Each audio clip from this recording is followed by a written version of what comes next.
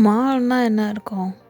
Branded clothes, branded cosmetics, food court, குழந்தைங்க விளாட்ற play area, theatre, இதெல்லாம் நம்மளுக்கு பழகி போச்சு இல்லையா? ஆனால் இங்கே ஒரு மால்குள்ளே தீம் பார்க் இருக்குதுன்னு சொன்னால் நீங்கள் நம்புவீங்களா? ஆமாங்க, இங்கே ஒரு மாலில் தீம் பார்க்கே இருக்குது. வாங்க பார்க்கலாம். இதுதான் கனடாவில் இருக்கிற ஆல்பர்ட்டா ப்ராவின்ஸோட வெஸ்ட் எட்மண்டன் மாலுங்க. இது கனடாவோட இருக்கிறதுல பெரிய மால். இது அப்ராக்சிமேட்டாக ஒரு 53 lakh ஸ்கொயர் ஃபீட் இருக்கும். ஆனால் இது மட்டும்தான் ஆல்பர்ட்டாவில் இருக்க பெரிய மாலா? இல்லைங்க, ஆல்பர்ட்டாவில் 2 பெரிய மால்ஸ் இருக்குது. அப்புறம் 30க்கு மேலே நிறைய சின்ன மால்ஸ் இருக்குது. இந்த மாலுக்கு நிறைய என்ட்ரி கேட்ஸ் இருக்குங்க. நான் போன டைம் வேறு டிசம்பர் 2 வெளியே -32 டிகிரி செல்சியஸ். ஐயோ எவ்வளோ குளிர்னு ஏதோ ஒரு டோருக்குள்ளே நான் போயிட்டேன். உள்ளே நுழைஞ்சோடனே என்ன பார்க்குறேன் தெரியுமா? பெரியவங்க சின்ன பசங்க எல்லாரும் கோல்ஃப் விளையாடிட்டுருக்காங்க. அது மாலுக்குள்ளே கோல்ஃபா? சரி, அப்படியே ஃபேமிலிக்கு ஒரு வீடியோ காலை போட்டு எல்லாருக்கும் அதை பாருங்கள் மாலில் கோல்ஃப்லாம் விளாட்றாங்க அப்படின்னு சொல்லி காமிச்சிட்டு கொஞ்சம் தூரம் அப்படியே நடந்து போனால் மாலோட மிடலில் ஒரு பெரிய கப்பல். இது யாரடா கப்பலை தூக்கி நடுமாலில் வச்சுது அப்படின்னு சொல்லிட்டு கிட்ட போய் பார்த்தா இது நம்ம பைரட்ஸ் ஆஃப் த கரேபியன் ஷிப்போட மாடலுங்க. எவ்வளோ பெரிய கப்பல் அப்படின்னு வாயை பொழுது பார்த்துட்டு சரி நடக்கலான்னு கிளம்பிட்டேன்.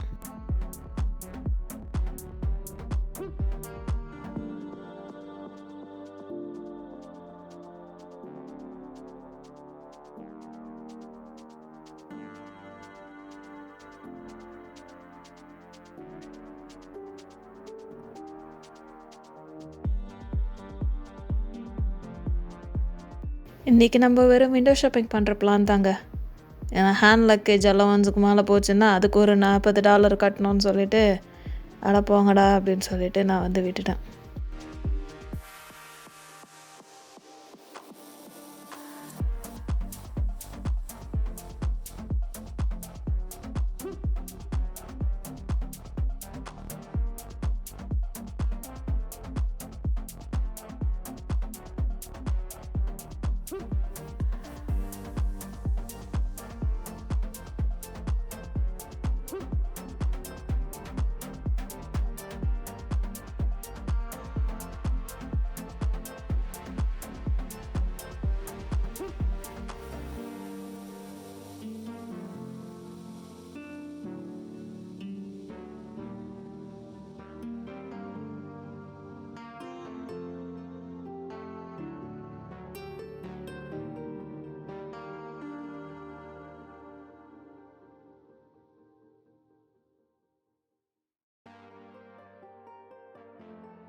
இப்போ தான் ஒரு பெரிய சைனீஸ் மார்க்கெட்டை பார்த்தேன்.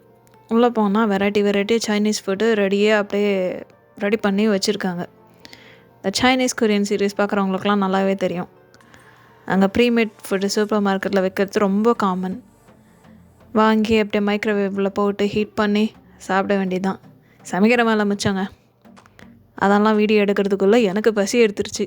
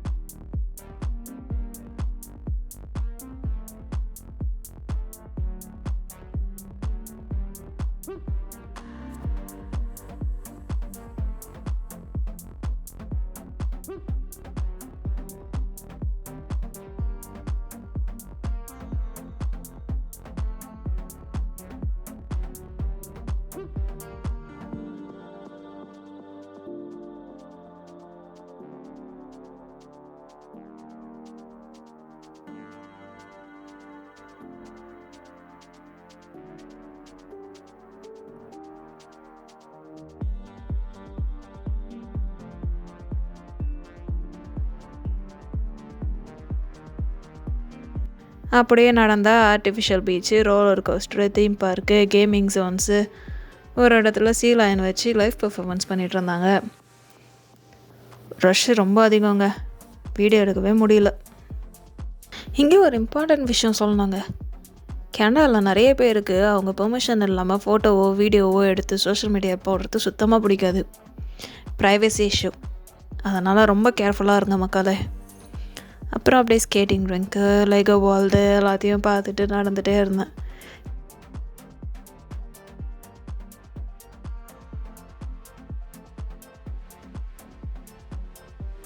திடீர்னு ஒரு பிளேஸுக்குள்ளே போன உடனே என்னடா இது மாலில் இருந்து எப்போ வெளியே வந்தோம் அப்படின்னு தோணுச்சு.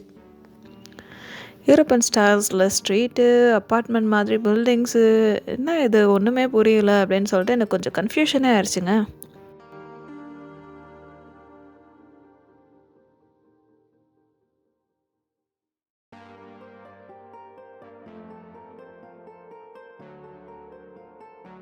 ஓவராலாக சொல்லணும்னா கனடாவில் மஸ்ட் விசிட் பிளேசஸில் இது கண்டிப்பாக ஒன்றுங்க.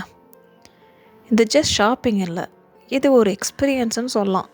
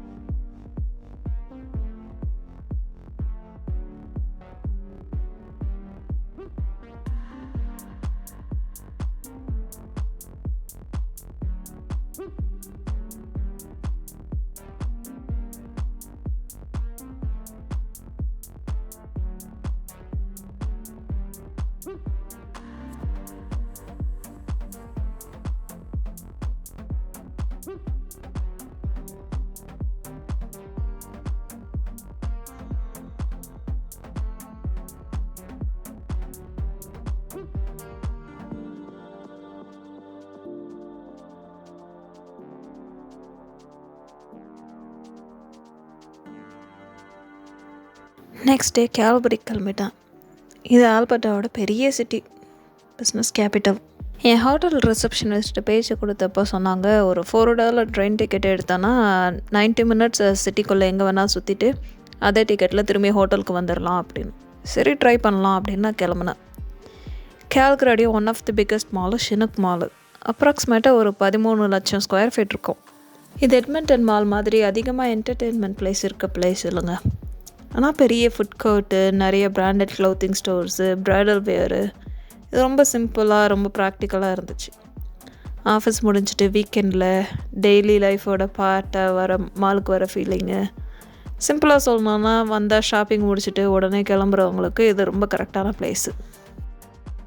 வெஸ்ட் எட்மண்டன் மாலு ஒரு full day family entertainment plan.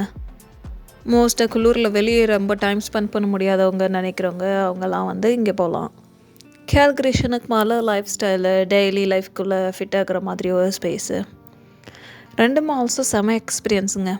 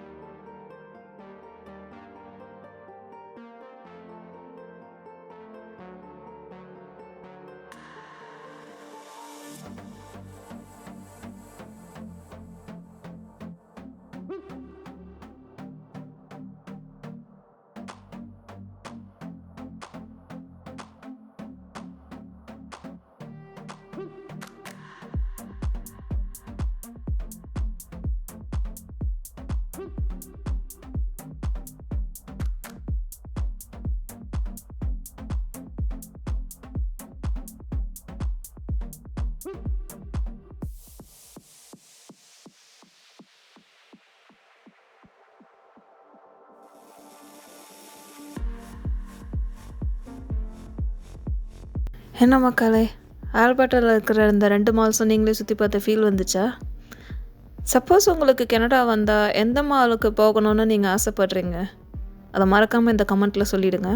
இந்த வீடியோ உங்களுக்கு பிடிச்சிருந்தா மறக்காமல் ஒரு லைக் பண்ணுங்கள். அடுத்த வீடியோவில் சந்திக்கலாம் மக்களே. Stay tuned.